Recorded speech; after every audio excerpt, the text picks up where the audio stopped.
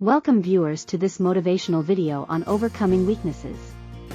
In this video, we will provide strategies and examples to help you overcome your weaknesses and achieve personal growth.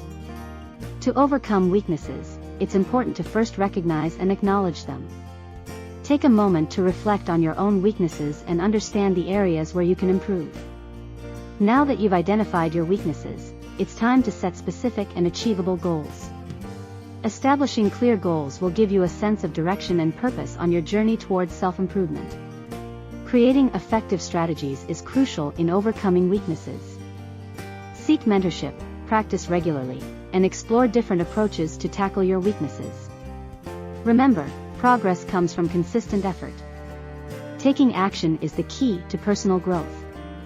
Start by taking small steps towards self-improvement and stay committed to your goals.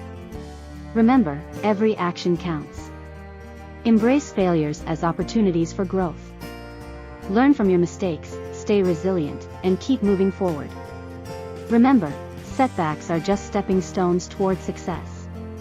In conclusion, remember to stay focused on your journey of self-improvement. Summarize the key points we discussed and let them inspire you to take action and achieve personal growth.